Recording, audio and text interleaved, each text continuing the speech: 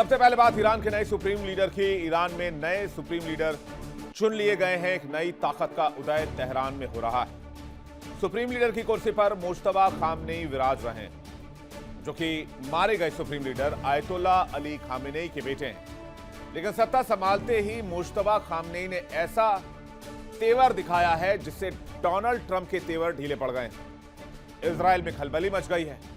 America तक की रणनीति हिलती नजर आ रही है। लेकिन सबसे पहले जानिए नए सुप्रीम लीडर के बारे में, जो ईरान की कमान संभाल रहे हैं, जो तेहरान की कमान संभाल रहे हैं और सत्ता अख्तियार करते ही, सत्ता संभालते ही मुश्तबा ने ईरानी सेना और IRGC को हाई अलर्ट पर रहने का आदेश दे दिया है और टोटल कंट्रोल अपने हाथ में ले लिया है। तो सबसे पहले आप इन्हें जान लीजिए। इनका नाम है मुश्तबा खामनेई, पूर्व supreme commander ayatollah Ali Khamenei के दूसरे बेटे। असेंबली ऑफ एक्सपर्ट्स ने नया सुप्रीम लीडर चुना है। पिता की तरह ही धर्मगुरु हैं। ईरान के प्रशासनिक कामों में हस्तक्षेप है। मुश्तबा वर्तमान में एक मौलवी हैं। ईरान के प्रशासन में मजबूत प्रभाव है। IRGC में सर्व कर चुके हैं। बहुत करीबी बताए जाते हैं IRGC के कमांडर्स के। 1987 में इस्लामी सैन्य कोर में प्रवेश किया और उसके बाद से यह सिलसिला इनका लगातार जारी है। आयतुल्ला अली खामेनेई की मौत के बाद ही उन्हें इस पद का सबसे बड़ा दावेदार माना जा रहा था। ईरान की मीडिया ने इस बात की जानकारी साझा की। मुश्तबा खामनेई का ईरान की सुरक्षा एजेंसियों और अपने विशाल कारोबारी नेटवर्क के लिए जाना जाता है। असेंबली ऑफ एक्सपर्ट्स 88 शिया धर्मगुरुओं की संस्था है, जिसे अली खामनेई के बाद नए सर्वोच्च नेता के चयन करने की जिम्मेदारी दी गई थी। इस वोटिंग के जरिए मुश्तबा खामनेई का चुनाव किया गया। आयतुल्ला अली खामनेई की मौत के बाद ईरान की इस्लामिक सरकार के समर्थकों के अंदर एक नया जोश देखा जा रहा है और नया सुप्रीम लीडर बनते ही ईरान ने इजराइल के खिलाफ जोरदार हमला बोल दिया है। मुश्तबा खामनेई को लेकर इंटरनेशनल मीडिया का दावा यह है कि वो इस समय चल रहे युद्ध में एक बार घायल भी हुए हैं। हालांकि ये कब और कैसे हुआ, इसके बारे में किसी ने कोई जानकारी नहीं दी है। वहीं ईरान ने अपने नए हमले में सऊदी अरब की तरफ से ड्रोन भी लॉन्च किए हैं। तो क्या मुश्तबा के वहां पर सत्ता संभालने के बाद मामला और ज्यादा बिगड़ सकता है? मिडिल ईस्ट में जंग का 10वां दिन है और अमेरिका को ठेंगा दिखाते हुए ईरान ने अपने नया सुप्रीम लीडर चुन लिया। डोनाल्ड ट्रंप चीखते रह गए कि हम किसी सुप्रीम लीडर को स्वीकार नहीं करेंगे, ईरान ऐसा ना करे, वैसा ना करे, दिस दैट फलाना ढिमका। लेकिन डोनाल्ड ट्रंप को ठेंगा दिखाते हुए, इजराइल को ठेंगा दिखाते हुए तेहरान ने नया सुप्रीम लीडर चुन लिया और मुश्तबा खामनेई के नाम पर मुहर लग गई। अब जैसे ही नए सुप्रीम लीडर सामने आए, खाड़ी देशों में हमले बढ़ गए। दुबई, कुवैत, बहरीन, ईरान सभी देशों को एक साथ निशाने पर ले रहा है। अंधाधुंध मिसाइलें ठोक रहा है। अबू धाबी में भी ईरान ने जबरदस्त ड्रोन अटैक किया। जॉर्डन ने 100 से ज्यादा हमलों का दावा किया है। सायरन की आवाज से पूरा इजराइल का हाइफा शहर गूंज गया और कल रात तो ऐसे धमाके हुए हैं जिसको आप देखकर यकीन ही नहीं कर सकते। मुश्तबा खामनेई के सुप्रीम लीडर बनते ही ईरान की सबसे ताकतवर सैन्य संस्था IRGC ने उनके प्रति पूरी निष्ठा जताई है।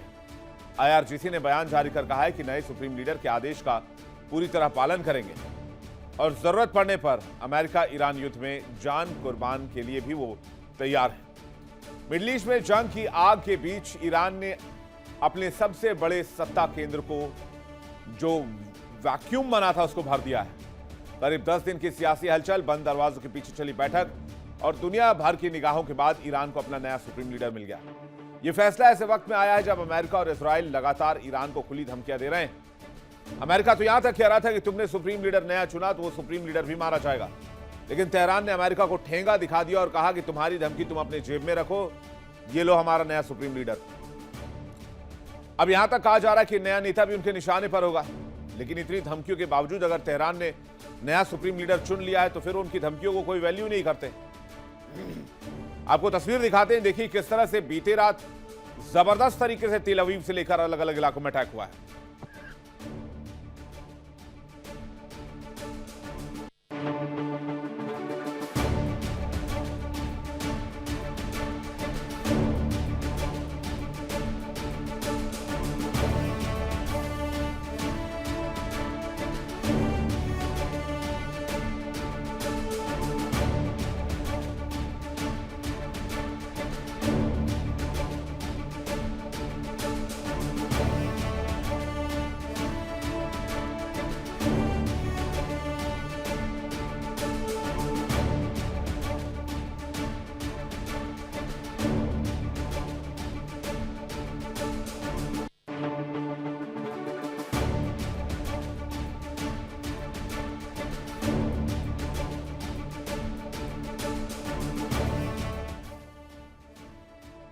तो ये तो हमले की एक तस्वीर रही। मैं आपको 3-4 तस्वीरें और दिखाता हूं। ये देखिए, ईरान ने तेल अवीव को गाजा पट्टी बना दिया है।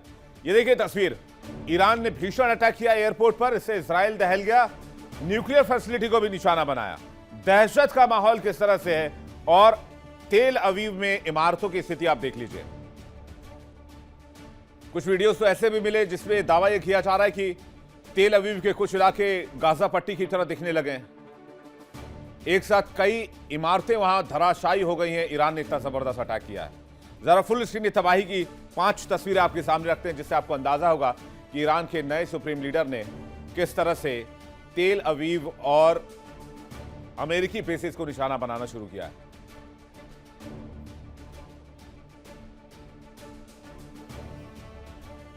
इजराइल से कुछ लोग यह भी दावा कर रहे हैं कि मीडिया सेंसरशिप बहुत जबरदस्त है।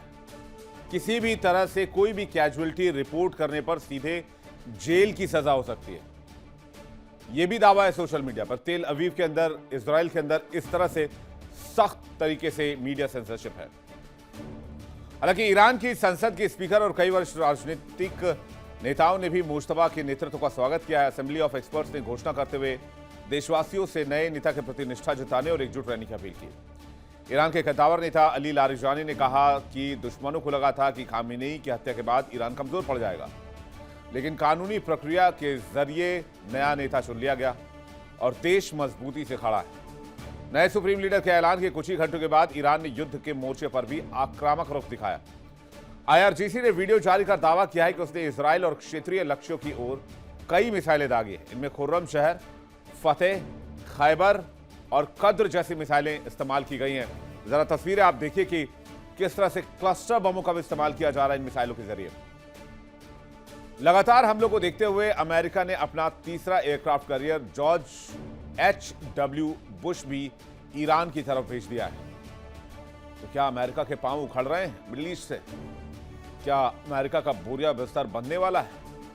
खाड़ी क्षेत्र के कई देशों ने नई हवाई हमलों की सूचना दी है। बहरीन में ईरानी ड्रोन हमलों के बाद 32 लोगों के घायल होने की खबर है। कुवैत में एक ड्रोन मार गिराया गया है। कतर में सेना ने एक मिसाइल हमले को रोकने का दावा किया है।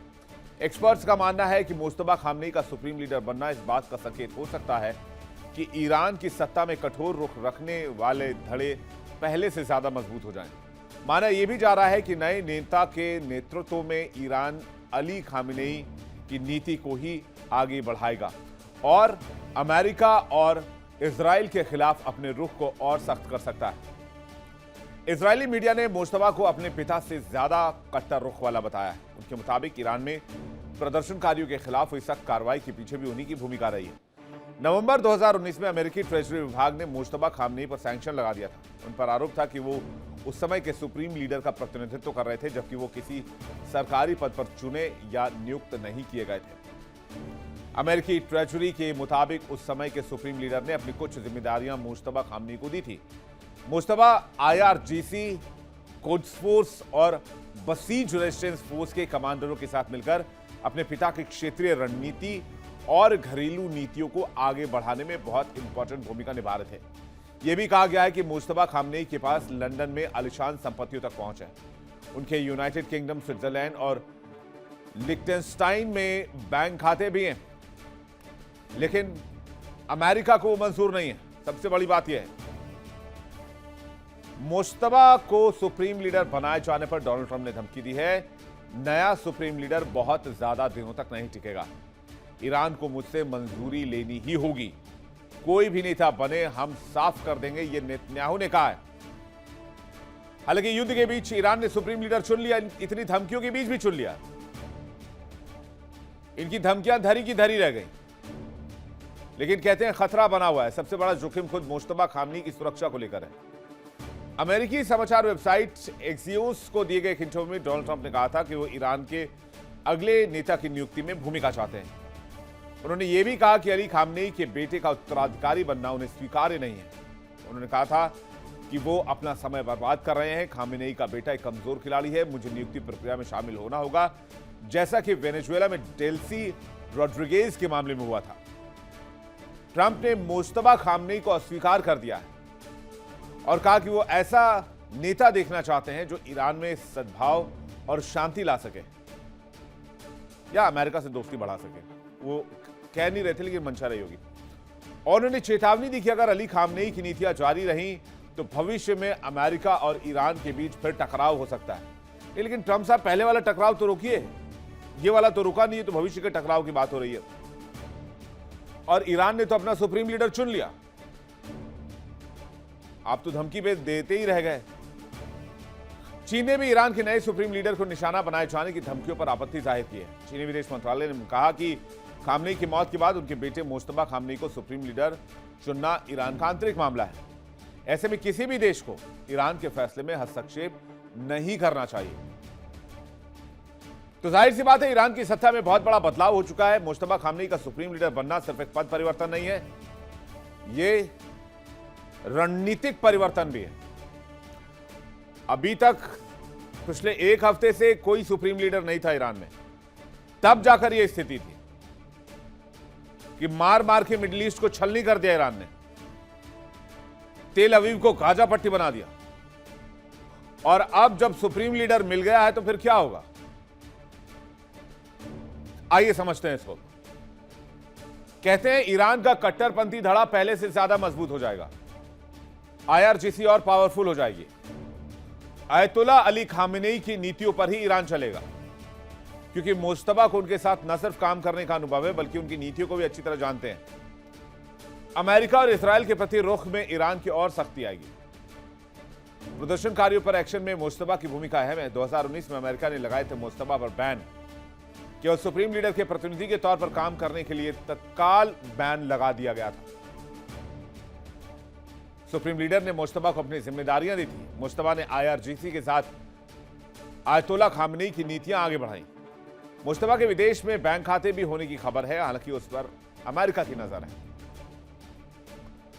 अब सवाल यही है, क्या मुस्तफा खामनेई के नेतृत्व में ईरान को और ज्यादा आक्रामक होना होगा या आक्रामक हो चुका है?